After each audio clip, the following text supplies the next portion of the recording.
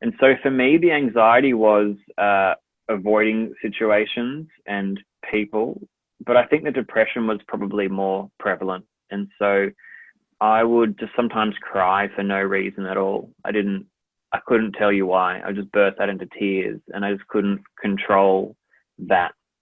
And I remember I'd walk down the street and I'd see people, and I'd just invent some story in my mind of why they were just suffering so much, and I'd take that on board myself. And I just lost an interest in the future. I just sort of thought the world's very bleak, and what's the point? And I just questioned what are we all doing here? Why are we even participating in life? I don't sort of get it. Okay, life can be crazy. You're feeling like you're sinking, just trying to find a meaning. It's time for better thinking, yeah, better thinking. Time to tune in. Let's go. Welcome back to this episode of Better Thinking. This is Nesh Nikolic, and today's guest is Nic Newling. He is a mental health advocate coming from a position of being diagnosed with bipolar in his adolescence, and someone who's also experienced tragedy and loss of a loved one due to mental health. Something that really jumps out about this story from Nic is what it takes to recover, and I think you'll really enjoy how it takes a team, it takes a community, it takes a family, some sort of togetherness to go out and do this, and really a conversation that our whole community and mental health industry can really understand and learn from. So I think it's something to not only listen to, but also to share to others or to consider for those that know of someone who's going through a difficult time themselves. Enjoy. Nic, a big thank you for coming onto the show today. Thank you for having me. Glad to be here. Interesting to talk to you about mental health and the advocacy work that you do. I mean, look, this is a space that so many of us, mental health providers, frontline workers are interested in. Most of us who have worked in this space, or even people who are going through their own lived experience, go through, we tend to have this strong desire towards advocacy. We tell people about it. This is my story. This is what's been going on. I know in some sense this has become a big part of, the work that you do and somewhat of a calling for you now. Can you tell us a little bit about, I suppose, how you got into this space? I'll probably ask you about your lived experience as we go along. But tell me a little bit about, who is Nic?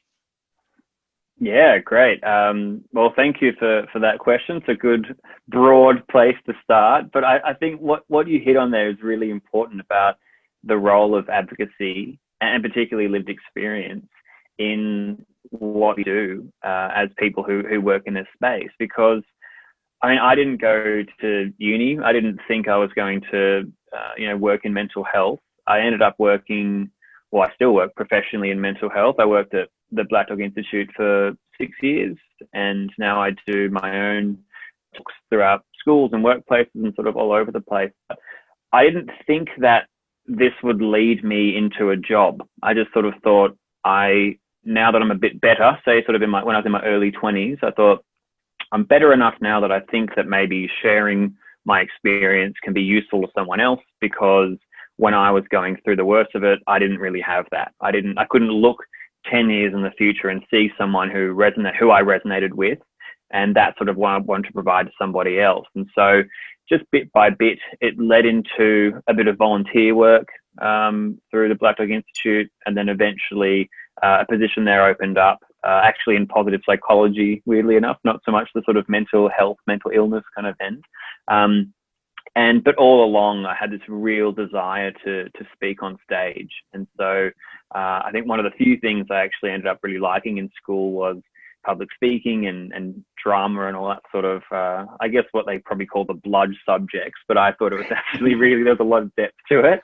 And so I thought, if I can find some way to utilize that interest and those skills in speaking and being on stage with something that I find really meaningful, which is utilizing what I've learned personally through mental health, and being unwell and sort of getting better and whatnot. If I can fuse those things together to be a career, then I mean, it sounds like it was some stroke of genius. It was sort of mostly a slow evolving accident, but it worked out well in the end, I suppose. Why mental health? Why mental health? Because it could have been advocacy for many things. Why mental health for you? Yeah, well, and it was from a very early age. I liked the idea of helping. I think that's sort of one of the values that sits quite strongly with me. And mental health was never the plan. It was, I wanted to be a vet. That was sort of most of my childhood and in my adolescent years, and probably even in my early 20s. I thought that's what I wanted to be. And then for a while I was probably going to do that. I was pretty good at school. It came quite naturally to me. But then when I became mentally unwell in year 7, it looked like this, as the years wore on, it looked like that's not likely to happen anymore. And so I went from having a scholarship at the school to dropping out completely in year 11. So in that time and after that time, there was this real challenge of like, well, how do I define myself now? If so much of our identity seems to come from not just what we do for work, but where we choose to spend our time and where we sort of orient ourselves. Who am I now and what am I now? And I think it was just a bit of a happy accident that these opportunities presented themselves at the same time, as I thought in some way I can sort of pivot, being able to contribute in some way, but also drawing upon something that's very real and personal to me, and hopefully being able to contribute something from a unique point of view. And I like to think I've done that in some ways. You know, when I first started speaking about this from a lived experience sort of advocacy point of view, a lot of the conferences I'd go to didn't really take that part of it very seriously, or it seemed to be a bit more just a bit of a tokenistic ticking of the box. And as the years have gone on, I've seen, at least in Australia here, the whole sector has really shifted to genuinely valuing the lived experience point of view. And I think we're all better off for it, listening to the people who are really affected directly by the sort of work that your audience does. And do you mind if I ask a little bit about that sort of real and personal story? Sure, of course. I know it's something that, as you say, at least in Australia, we seem to be leaning more and more on. I am a bit concerned that sometimes the pendulum does swing, and it's kind of like, unless you've experienced it, you can't work in that space, or you don't quite know. But at least at the current state, keep pushing that pendulum along is not a bad thing to go out and say, let's understand, let's appreciate, let's listen with genuine, compassion and inquiry and curiosity to find out more about it. So, if you don't mind, if I can ask you about, what is this lived, this real lived experience and personal story? Yeah, absolutely. Happy to share. I think actually it's a really good point you made. Maybe I might just touch on that first one before we sort of launch into the personal story. I so agree with you on that. I think there's different kinds of expertise, isn't there? And I think when you've got someone who can be an expert in their own experience but might not have the breadth of understanding of mental health or what surrounds it in a sort of greater context of the kinds of work your audience does, or whatever it might, or maybe just sort of the understanding that you might get through doing a course of some sort. It's a very different kind of expertise. And I think that if we were to say for me, for example, I can, I do have the sort of professional experience of working at Psychosis Institute, but as far as my own experience, I would never extend beyond where it's appropriate. So if someone were to come to me and have questions about, my opinions and thoughts on things based on my own experience, and that's absolutely fine, but it would be outside of the realm of what's appropriate to sort of advise them on what to do, in a clinical sort of thing. So I think that there's a huge role for everyone in different places. And I agree. I think you find people who are so knowledgeable and have so much experience as a clinician, and they might have never experienced mental illness themselves, but I don't see how that takes anything away from them. You wouldn't have, cancer treatment and say the oncologist, well, you haven't had it, so you can't help me. They're very, very different sort of skills and areas of expertise.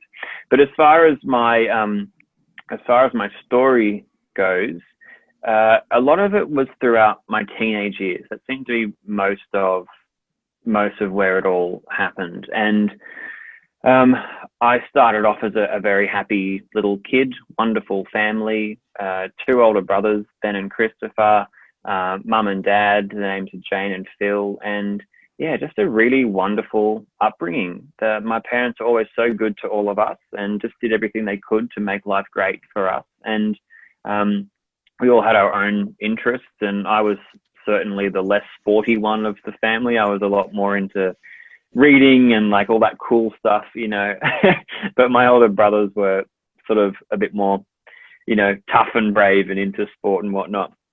And yeah, as I said, I think that the idea of being a vet came from being a bit of a sensitive kid. I was sort of a lot more emotional than most kids my age, and I wouldn't sort of pathologize that, but I think there may be at least some sort of personality traits which might have led into things sort of going the way they did in the very early stages. I went to a school that provided academic opportunities, and yeah, 6 months into year 7, everything just sort of fell apart. And I think what made that so difficult was that I put everything on my future. I put all my what do you call it? I placed everything I had on the idea of being a vet, and I derived all my self-esteem from being a little academic. And I started losing the ability.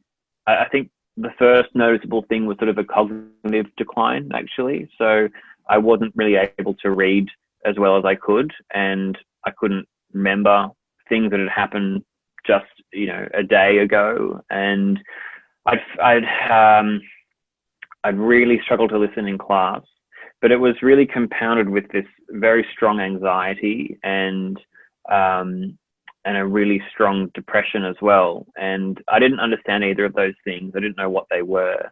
And there's that question of like, how much of this is just puberty and growing up, and how much of it is a diagnosable thing. My parents actually noticed it in me before I noticed it in myself, because they'd seen my 2 older brothers go through it as well, and they'd both gotten help. And so for me, the anxiety was avoiding situations and people, but I think the depression was probably more prevalent. And so I would just sometimes cry for no reason at all. I couldn't tell you why. I just burst out into tears, and I just couldn't control that. And I remember I'd walk down the street and I'd see people, and I'd just invent some story in my mind of why they were just suffering so much, and I'd take that on board myself. And I just lost an interest in the future. I just sort of thought the world's very bleak, and what's the point? And I just questioned what are we all doing here? Why are we even participating in life? I don't sort of get it. And sometimes I couldn't really easily function as a human being, simple things like getting out of bed, showering, brushing my teeth, putting my clothes on. I couldn't explain to you why I couldn't do those things. And that's one of the hard things, is people go, well, just do it. It's so easy. Just get up and just brush your teeth. Why can't you do that? Why can't you clean your room or whatever? And I didn't have a good answer for that, but I just knew that I couldn't. My grades started slipping a lot in school, which was really concerning.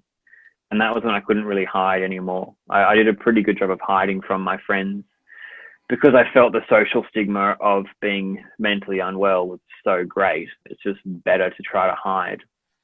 I thought that would sort of make me less of a man or less of a person. So I just sort of hid it to myself. But when the teachers started noticing, it was sort of, I couldn't really get away from it. And so I did start seeing the local GP and the local counsellor.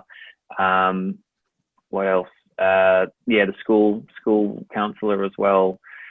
And I got a medication for the depression. Let me just step back a couple of of steps. Where do you think? And obviously, you've had time to reflect as a young person, obviously as yourself now. Where do you think that came from? What were the contributors at that time? Is it obviously there's adolescence? We're talking school pressures. Is it an identity thing? I mean, you spoke about some pretty significant existential questions as a little kid. Where do you think are the contributors for you? Just kind of reflecting, thinking back. It's such a hard question to answer, and it's one that I saw was the key to unlock all of it. I thought that I've sort of thought my way into this at the time, and maybe for a number of years. I thought it was just I've worked myself up into this way of this agitated thinking, and that's what's brought this all about. I think in reality, there's probably very much a genetic component for me, but probably also just the conditions of putting so much pressure on myself in school. And I think just that was sort of the catalyst was the pressure of school that I put upon myself, and burning out, overworking myself, working too much at school. But I think there was definitely a genetic component to it. Sorry, my apologies. Yeah, and also a bit of a perfectionist as well. I was never quite happy with my output, and I just sort of really beat myself up a lot over it. And so the pressure was really coming from within. It wasn't from the school or my family. It was really me. So I think it was those things combined. My family life was great. I had nothing to complain about. And perhaps part of the issue was I thought mental illness only really comes about from difficult life circumstances. And I thought I've got a really good family life, so I shouldn't really be complaining about it. And I'm just wasting the counsellor's time if I go seek help. There's other people out there who've got it way worse than me. What have I got to complain about? So I saw understanding the origin as my apologies. You can't imagine how often I hear that. That I've got nothing to complain about. This is what's so hard about mental health. In really a very fortunate country, but it doesn't mean that life is easy. And it doesn't mean that everyone's fortunate. And, obviously mental health doesn't discriminate or the way that we feel doesn't discriminate. But it's interesting that those words resonate. I hear that, all too often, weekly, at least, which is fascinating to hear that kind of echoed again. I wouldn't doubt it, of course. And I carried that with me even after I'd gotten a lot better, even into my early 20s, and I saw a different counsellor to try to deal with some of the stuff of the past. I still held that. I still said, I'm wasting your time. And he sort of explained that it's really all relative, and he might have a client who he's been seeing for a decade because her dog died and she could just never work her way through that. And so it's not what's happened, it's the way that we've responded to it very often is what determines whether we think we might actually need or could benefit from some support. So yeah, it's a really tough one because I didn't understand how it all worked for a very long time. So after a while, when I wasn't able to work out the cause of everything, I just thought, I don't know, try and find another way to get through it. The problem I had, though, was that I had so many different doctors and so many different diagnoses. I started getting these symptoms of psychosis, so hallucinations and delusions when I was probably 14. And no one could really say what it was. I went to an adolescent psychiatric ward at the end of year 8, and I was there for 9 months, and I didn't leave any better than when I went in. I'd gained that's not entirely true. I'd gained a wonderful experience. You were going in and out? Yeah, so they wanted me to be an inpatient. That was the idea. But I didn't want to do that. I wanted to stay in my own bed, so my parents would actually drive. They'd probably spend 3 hours in the car each day just to wake up at the crack of dawn and drive to this place, then drop me off, and then at the very end of the day drive home again. 5 days a week for 9 months. So just, and I'm a parent now for the first time as of 13 and a half weeks ago, but who's counting? And I just think like I wasn't able to fully grasp how much my family did to me to get me well. And I met so many kids in that place who didn't have the same family circumstances that I did. And I think like, if I couldn't get better for so many years, like how is someone else going to do it who doesn't have that support of someone to wake them up with the medication in the hand and go, remember, you got to take these, or to, go get the script refilled when it runs out, or turn up at the office of the counsellor, all that sort of stuff that I just couldn't do. It's a wonder how a lot of people manage in even more difficult circumstances than I had. But what sort of hallucinations were you having for our audience to try and understand, to put themselves in a 14-year-old's shoes? What was going on for you? What were you experiencing? It was mostly auditory. It was hearing voices, and it felt like, here's the thing, it was hard to diagnose because I didn't have any frame of reference, so I couldn't really explain it very well. So I would talk about it in terms of hearing voices, but it wasn't so much hearing with my own ears the way I'd hear your voice in our conversation now. It felt like it was somewhat like my own voice, but I wasn't actually in control of it. I wasn't sort of the author of my own thoughts, if that sort of makes sense. So I didn't really have any theories as to was it your voice or was it a different voice? It was at times it was either or. But in each case, I couldn't have told you what that voice was going to say next. But it was also, I also have this other thing which is sort of similar but different, which was just this this ongoing stream of different random disconnected words that would just flurry through my mind nonstop. And it just became impossible to sort of concentrate or participate with the world when there was this jumbled up nonsense words everywhere. So it sort of led me to struggle to function. Recognizable words, or sort of words that weren't of an English nature?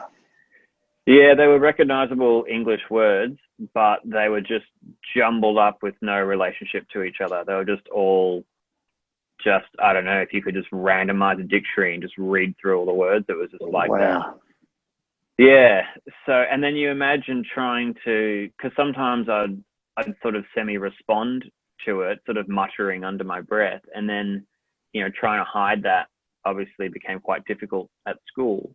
But that's what I loved about being at that ward, was that, I didn't improve in terms of my conditions, the depression, the anxiety, the psychosis, but I improved greatly in terms of gaining a sense of self and community, and not having to be so afraid of what I was going through, and not having to hate myself so much for who or what I felt I was at that point. I could get rid of a lot of the shame and a lot of the self stigma of being unwell. And so by the time I left there, I didn't want to leave. I just wanted to stay there forever. But obviously I had to go back to school again. Because it was a supportive environment? Is that what you mean by supportive, stigma wasn't there? And non-judgmental. It was just the simple freedom to express myself and just say, I'm utterly depressed and I don't want to live anymore, and I don't perceive reality the way everyone else does. I don't feel like I exist. I feel like I'm just watching myself on a movie screen kind of thing. To say that to people who would just go like, oh yeah, I've experienced that, or be willing to, or there not be a huge jump in their lack of knowledge to get there. I think that's what it was. It was just being around people my own age who got it, and were just so okay with that. Okay with the feeling. I'm assuming that many of those that you found yourself in that psychiatric facility weren't necessarily sharing hallucinations, but rather probably sharing similar feelings, like feeling depressed. Yeah. I mean, I did have a few friends in Or there both. who had psychosis, and then others who had depression, others who had anxiety, and various other situations. But yeah, it was just a sense that it's okay to be yourself in this place, and you don't have to hide, because so much of the burden of being unwell in my normal school was having to constantly, every moment of the day, just work out how to counteract the way I come across. And it's just exhausting just to hide feeling miserable and suicidal and project happiness in a very, in a way that's not authentic. It's exhausting to have to do that. And have the fear of that, if that fails, if someone sees, a crack in the mask, then my social life's over. It's just such high pressure, high stakes. Was that what you understood from the situation, or is that what others kind of expected of you? Yeah, I think it was. Yeah, it's an interesting question. Thinking back, would it have been different if I had have been more expressive about it? Would it have been different? Would people have sort of been accepting of it? And I think it is hard to say. I do know when I went to my high school reunion and I sort of disclosed for the first time to everyone what had happened, that the 9 months I was away was actually it wasn't chronic fatigue and glandular fever like I said I had. It was actually being in hospital for mental illness. They were very supportive and were very non-judgmental, and many of them had said at that time that they were going through similar things and they also kept to themselves. So yeah, I think I would have probably found more of a supportive community than I would have been aware of. But then you also wonder, well, would it have actually played out like that at the time? It's hard to really say. Probably some yes, some a bit yes, a bit no. But still, it wasn't even a question. It wasn't even an option for me. The prospect of people knowing at that time would have been quite anxiety provoking. It's much, much better to have glandular fever than because absolutely, because it's I felt like I was convinced I was the only one in the whole school who was experiencing this sort of stuff, and so I just didn't want to be a target. But it made it worse. It definitely made it worse having to hide it the whole time. And then particularly when I came back to school halfway through year 9, that was sort of when I really experienced the worst of the suicidal ideation, because I felt like it wasn't, well, I knew at that point it was never going to change. I thought I'd had every treatment I could have, had all these different diagnoses, had ECT when I was 16, and just nothing worked. So then I sort of went, well, there really is no point to the future. I'm not going to be a vet. I'm not going to finish school. I'm never going to, have a girlfriend. I'm going to live at my parents' house forever. There's just no quality of life anymore. And I don't see any evidence that it's ever going to change. And all I see is evidence that it's not going to change. So what's the point? And I discussed this quite openly with my parents, tell them I didn't want to live anymore. And I think the one thing that really held me back was a bit of a preemptive guilt. I sort of wondered what would happen to my family if I were to die. And that's what kept me grounded, but also quite angry at them. I felt like they were the ones who were keeping me here, and I don't want to be here anymore, because every day was just sort of pain and misery, and there's no end to it. So I wasn't always the best son that I wanted to be, but it was difficult. It was really, really hard. So how did you How did you get through that trying time? Because I'm assuming you've got to live through or live with, if I can use that terminology, thoughts that are jumbled up, thoughts that are sometimes sound like your voice, other times not. Ideas that you're the only person experiencing this, that's not going away, that's permanent. How do you live through that? Well, it wasn't a choice. I was compliant in getting help because I didn't really have much of a choice. I just thought, on one hand, I sort of owe it to my parents because they've been so good to me and continue to be really good to me. So I just had to keep trying for their sake.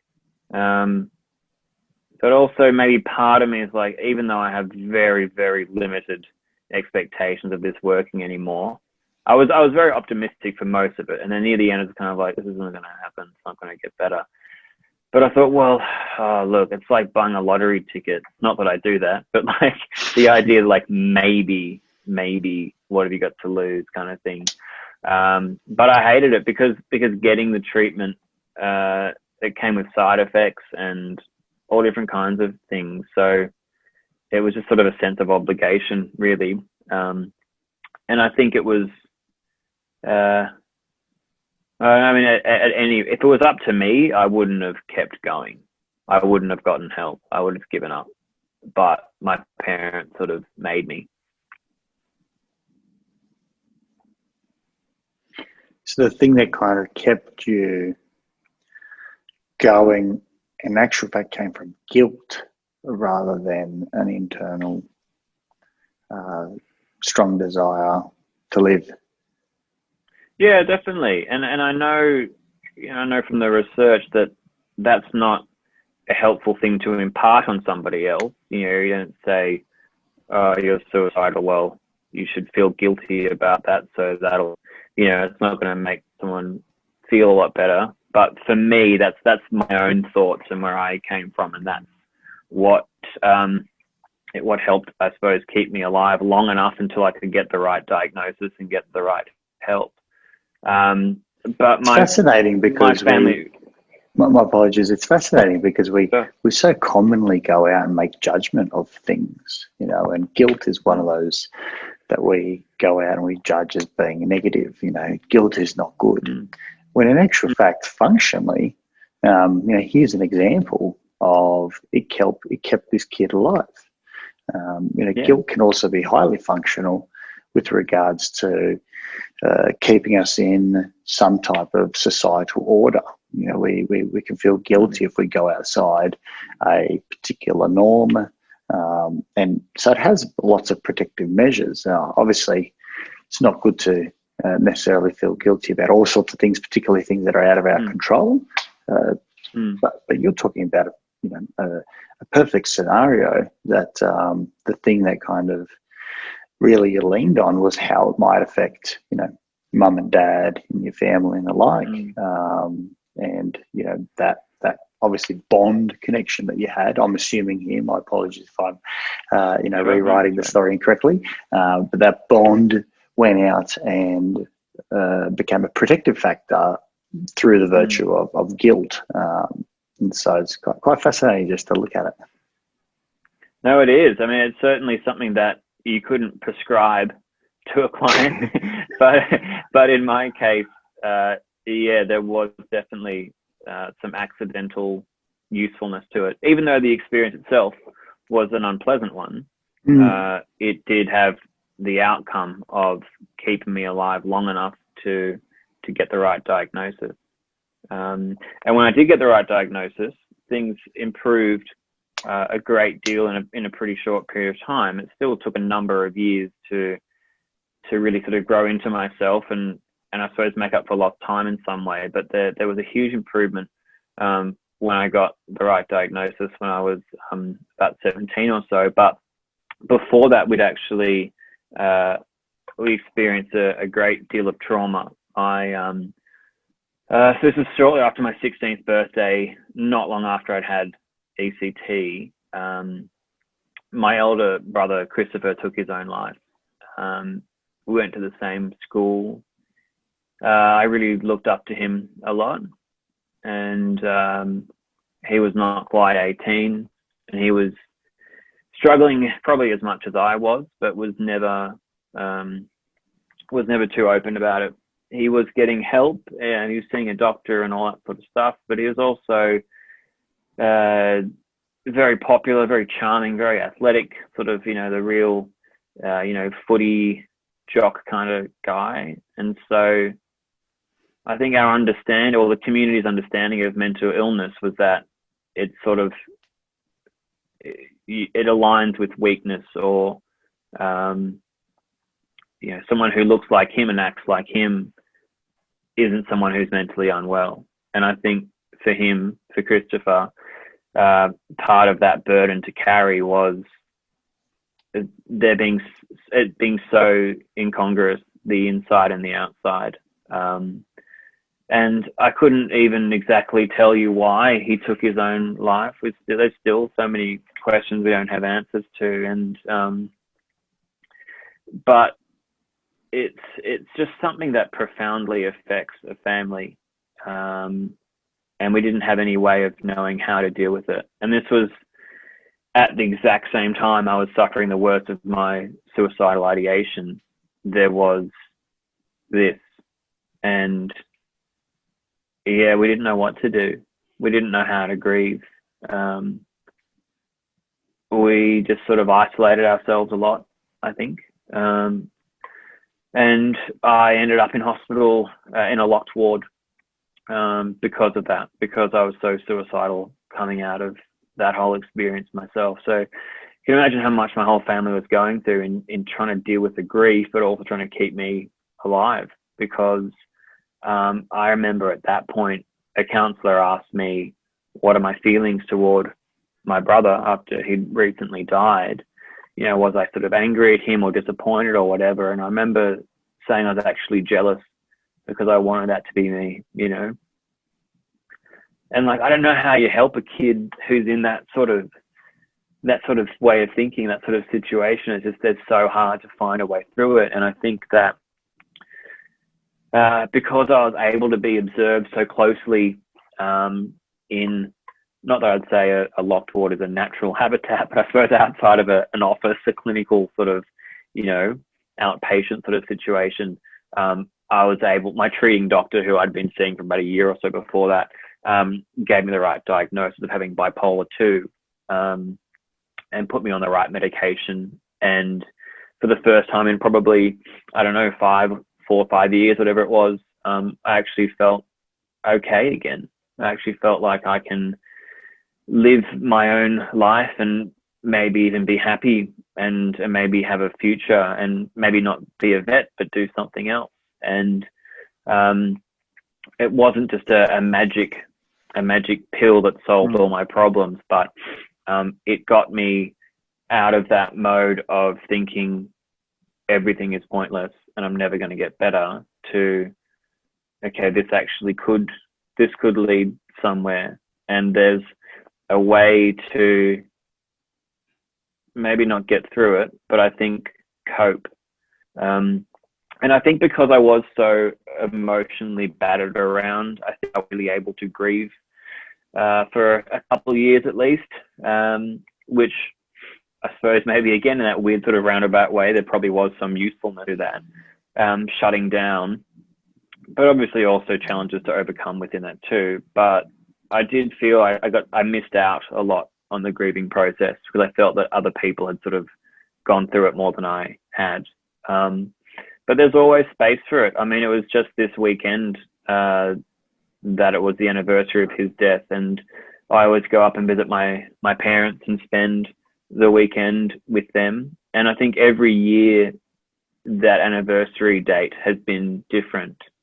And it started off with all his mates and us getting together and just drinking excessively, and it felt right the first few times, and then it just sort of didn't. And then as time goes on, it becomes a bit more of just a private affair of just, very close family, and we sort of have our own traditions and stuff around it. But I think what it comes back to is just sort of being together, And I think that's the best way I've found to grieve. You know, there's not the stages of grief that you see in movies and stuff like that, as I always thought there was. But I think if I have learned anything out of it, it's that I think that's the most useful way from my experience, is to not try to go it alone, but to actually do it with people who you trust and care about. And I think it's the same approach you have to helping someone with a mental illness. Is it's not just for your audience, it's not just someone who's on the sort of front line helping people. It's not a one-to-one relationship. It's as many people in that little tribe as there can be. It's an entire community. It's a whole school community. It's a society. There's so many levels that we need to work on to treat this sort of stuff. And yes, definitely a huge important part is the one-on-one stuff, interfacing with the health services. But there's a lot more that we often don't acknowledge that there's genuinely helpful as well. Something that, in summarising, something that jumps out at me through everything that you've said today is almost like this recovery through togetherness, that now being a father yourself, kind of recognising how much mum and dad did this, they must have worked very strongly together to be able to try and facilitate that there was plenty of support and treatment. And I'm not suggesting it was a smooth ride by any means. In actual fact, that's sometimes what's so hard, the fact that you have so much available, or at least it's made available to you. But the key factor I'm hearing is having others with you. And I think the research does say a lot about, primary predictors of mental well-being, mental health, is not necessarily, a great psychologist or a great psychiatrist or even medical team. Often it's those that you're closest to, a really strong supportive family, a really strong network of friends, community, as you call it, because it's more than just something one person needs to be treated for, so to speak. It's in actual fact supporting a human being, in this case a 13-year-old kid to start with just managing life, and for him, a perfectionistic little boy that kind of spirals out and becomes quite caught up in some really hard pressures at that age, and then obviously, as you say, bipolar 2. This is very, very serious stuff, and you did it as a family. That's what jumps out at me as well. At least, not sure if I've captured that. No, that's so true. I think that's a really, really important way of looking at it. That the theme of togetherness, and honestly, it's a big part of what gives me a lot of satisfaction in life now. It's the fact that, yes, obviously I'm still very close with my family, which is wonderful. But it's also that I've found this wonderful, wonderful person who I've married now, and she's amazing. She's just wonderful. We get along so well, and we've got a beautiful little kid now, and it's, I got my own family, and I think that's just something that positions me to have a lot of life satisfaction. But then it's also finding stuff to do with my life that I find really meaningful as well, which is also another sort of pillar of, I think, what keeps me well and engaged in life. And yes, I certainly keep up with, I tell you, a very small maintenance dose of medication each day. Haven't had a high or a low in many years, and I feel in a really, really good place, and I've got a lot to look forward to. But I think what has been a huge part of what's really kept me well also is working in, as you sort of tie it back to the beginning, is working in the advocacy space, and now sort of making a bit of a go at trying to give to schools and communities and workplaces what I wish I had when I was going through all that. And it's just that idea that I mean, I don't like inspiration. Sorry, it sounds really cynical. I don't like sort of motivational speakers and stuff. But I guess what I needed was someone who could actually not just knew it from a textbook, so actually had sort of lived it. And I think I had gained a lot of knowledge about mental health. Maybe hope. I think hope was a big part of it. Absolutely. And it's the hardest thing to find when you really need it. So what I try to do when I do my talks now in schools is I certainly lean on, and it's important, of course, to have the evidence base of knowledge to impart, but a big part of it is really kind of just sharing what I've experienced and having audiences relate to that in some way, and just sort of not speaking for everyone, but kind of just sharing what it is that me and my family went through and how we managed to do that. And the idea is that it can open up a little bit of a conversation with the audience, and ideally have them continue that sort of conversation and really just demystify a lot of these issues, because we have, as you said, in Australia, we have obviously many ways it can be improved, but a good functioning system that helps a lot of people.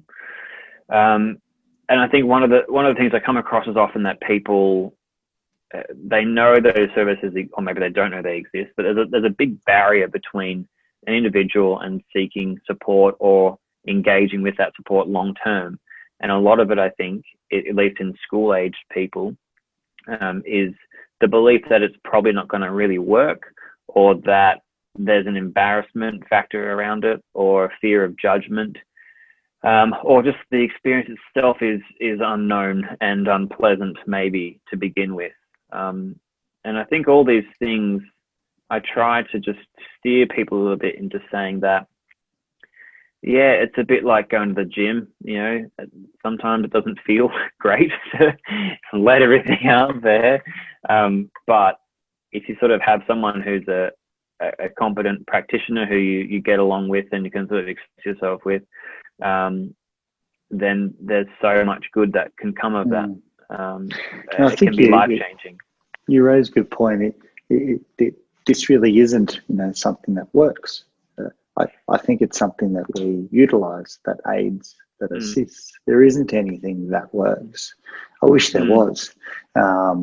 It's very much process, and that's a really hard thing to hear when you're in such pain, in such agony, and that's the challenge of trying to get through a period, get through a time, at least see the next day, so that you can make an assessment from there, and then maybe see the next day after that.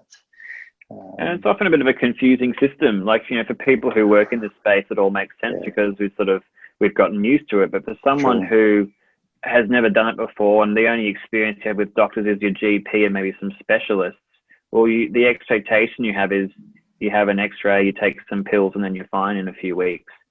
So even just the expectation of what it even is that we're embarking upon, I think we lose a lot of people in the process of help seeking, just because the expectations are not communicated properly.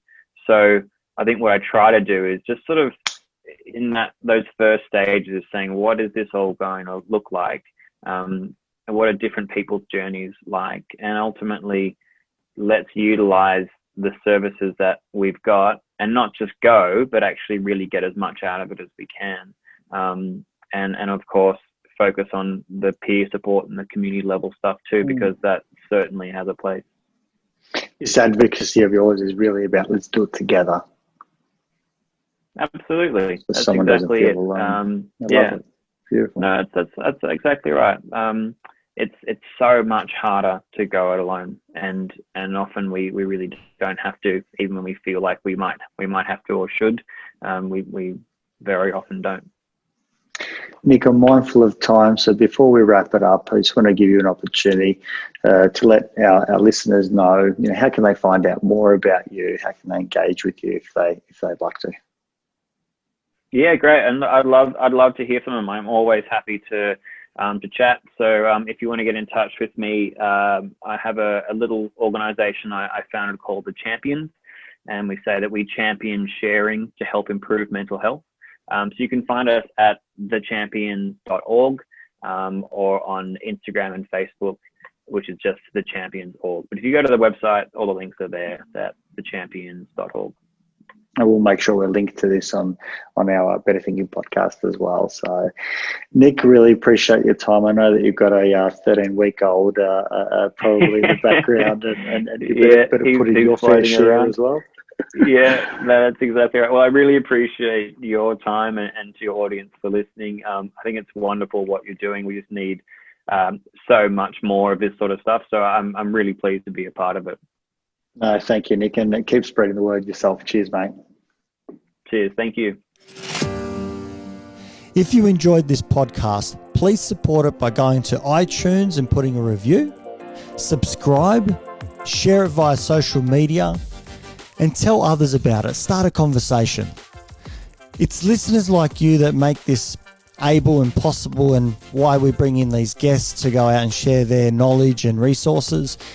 And just lastly, if you are a psychologist and you want to go out and be part of a bigger team, develop your experience and get into some exciting work, come to strategicpsychology.com.au/careers and reach out. I'd love to hear from you.